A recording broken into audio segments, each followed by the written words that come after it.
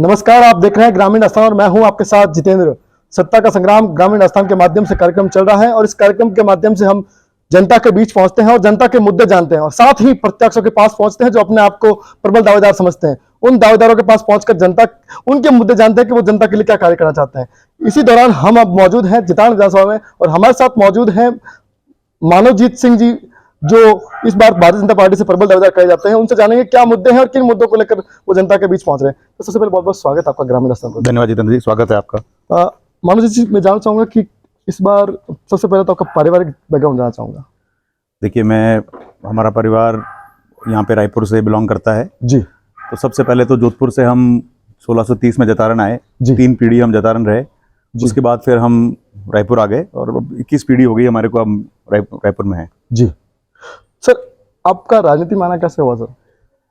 राजनीति में हमारा परिवार हमेशा राजनीति से दूर रहा है। जी। पूर्व में भी हमारे को टिकट ऑफर हुए थे जब रायपुर विधानसभा क्षेत्र था, लेकिन पिछले 10 साल से मैं यहाँ पे काम कर रहा हूँ। और पिछले चुनाव के पहले हमारी यशस्वी मुख्यमंत्री वसुंधरा राजे जी ने मुझको रणकपुर बुलवाया और पार्टी ज्वाइन करवाई थी। और उस टाइम मुझे जतारण और सोजत विधानसभा की जिम्मेदारी दी गई थी, जहाँ हमने सबके साथ मिलकर काम किया और अच्छी जीत हासिल करी। सर, क्या कारण है राजनीति में आने का? राजनीति में सब जो लोग थे हमारे आसपास जो चाह रहे थे कि आप आगे आइए, और फिर ऊपर से प्रेशर आया तो इसलिए फिर हम राजनीति में आ गए। लेकिन ऐसी कोई राजनीतिक महत्वाकांक्षा हमने रखी नहीं, क्योंकि हम हमेशा हमारा परिवार समाज सेवा से जुड़ा रहा। जी। तो वो उस कार्य में मैं प्रयासरत था और वही कार्य कर रहा था। लेकिन फिर धीरे धीरे जो माहौल बना और लोगों ने आगे किया कि नहीं आपको आना पड़ेगा, तो फिर हम आगे आ गए। मानवजीत सिंह, जानना चाहूंगा कि क्या विशेषता है कि इस बार पार्टी आपके ऊपर दाव खेले और आपको जितान विधानसभा से मैदान में उतारे? देखिए, हम अपनी दावेदारी पेश कर रहे हैं जो हमारा हक बनता है, और बाकी भी सब लोग अपनी दावेदारी पेश कर रहे हैं। और जैसा पार्टी निर्णय करेगी हम उस तरीके से आगे बढ़ेंगे। जैसा पार्टी का निर्णय होगा वो फाइनल। जी। जो वर्तमान में अभी गहलोत सरकार है, उसके कामकाज से आप कितना क्या संतुष्ट हैं? देखिए, पिछले 5 साल में गहलोत साहब की सरकार खुद के संघर्ष में ही रह गई। सत्ता के लोभ में वो आपस में लड़ते रहे, जनता को बिल्कुल उन्होंने नजरअंदाज कर दिया।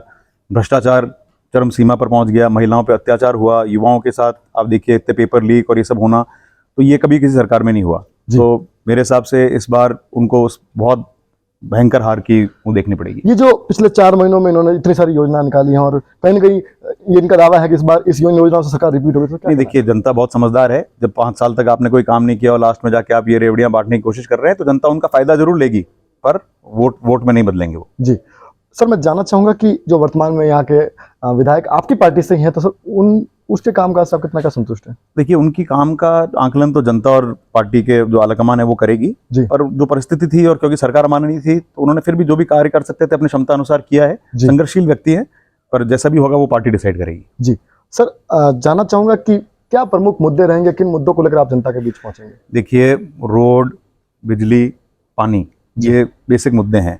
इसके अलावा शिक्षा और चिकित्सा। जी। और ये काम हर जनता के हर सबके मूलभूत अधिकार हैं, तो उसमें सभी कार्यरत रहते हैं। और हम तो चाहते हैं कि जितना और आगे इसको बढ़ा सकें, वही मेन मुद्दा है। इसके अलावा किसानों का मुद्दा है। हमारे एरिया में बड़ी बड़ी फैक्ट्रीज लगी हैं, तो जो रोजगार युवाओं को मिलना चाहिए वो अभी तक नहीं मिला। जो CSR फंड है वो सही तरीके से हमारे एरिया में खर्च हो, उस पर भी हम कार्य करेंगे। और मेन मुद्दा युवाओं के लिए है कि उनको रोजगार मिले, और जो किसानों की अनदेखी हो रही है उस पर भी कार्य करें। सर, महिलाओं को लेकर क्या विचारधारा है आपकी? नहीं, महिलाओं की सुरक्षा आप देखिए, आज की तारीख में अभी जैसे मोबाइल वितरण भी हो रहा है, उसमें डेटा लीक हो रहे हैं, और जो महिलाओं के जो इस वर्तमान माहौल में इतना सब कुछ होने के बाद भी उस पर अंकुश नहीं लगा पा रहे हैं, तो ये बहुत ही गलत है। साथ में महिलाओं के रोजगार के लिए भी प्रयासरत रहेंगे हम।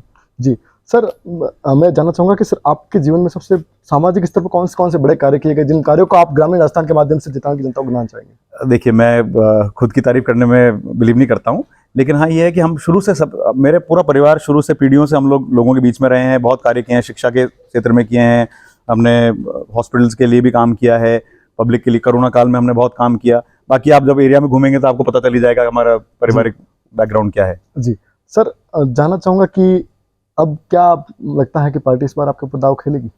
अब देखिए, हम तो अपनी दावेदारी पेश कर रहे हैं और मजबूती से पेश करेंगे। अब आगे जो भी निर्णय होगा वो पार्टी लेगी। सर, भारतीय जनता पार्टी की क्या सरकार बनने वाली?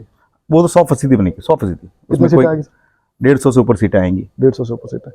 सर, आप ग्रामीण स्थान के माध्यम से क्या अपील करना चाहेंगे जतारण की जनता से? मैं जतारण की जनता को ये अपील करना चाहूँगा कि हमें वापस कमल खिलाना है और डबल इंजन की सरकार बनानी है। तो सिर्फ जतारण नहीं, पूरे राजस्थान में आपके माध्यम से मैं कहना चाहूँगा कि डबल इंजन की सरकार बनेगी तो जो विकास की गति राजस्थान में रुक गई थी वो पुनः वापस चालू होगी, और हम देश राष्ट्र हित में सब मिलके काम करेंगे। जी सर, मैं ये जानना चाहूँगा कि आप अगर पार्टी ने 1% भी मौका सराहा के टिकट नहीं दिया आपको जी। और किसी और के ऊपर दाव खेला, तो क्या मानवजीत सिंह किसी और पार्टी की ओर या थर्ड फ्रंट की ओर जाने की सोच? नहीं, बिल्कुल सवाल ही नहीं उठता। आप देखिए, हम वैसे भी अनुशासन वाले लोग हैं और पार्टी पूरी अनुशासित है, तो वो जो भी टिकट की दौड़ है वो अलग है, लेकिन जब फाइनल डिसीजन आ जाएगा तो हम पार्टी के साथ रहेंगे और पार्टी के लिए मजबूती से काम करेंगे। जी, ये थे हमारे साथ मानवजीत सिंह जी। इनका मानना है कि युवाओं के रोजगार के ऊपर बड़ा जोर दिया जाएगा और बड़े बड़े वादे किए हैं। अब देखना है कि जनता इनको कितना जनादेश देती है, उससे पहले ये देखना है कि पार्टी इनके ऊपर भरोसा करती है या नहीं, ये तो आने वाला वक्त बताएगा। और ऊंट किस करवट पर बैठेगा, ये तो देखने वाली बात होगी। अभी के लिए बस इतना ही। देखते रहिए ग्रामीण स्थान। मिलते हैं किसी और प्रत्याशी के साथ। सत्ता का संग्राम, कैमरामैन जितेंद्र सैन और सावन नैनीवाल के साथ।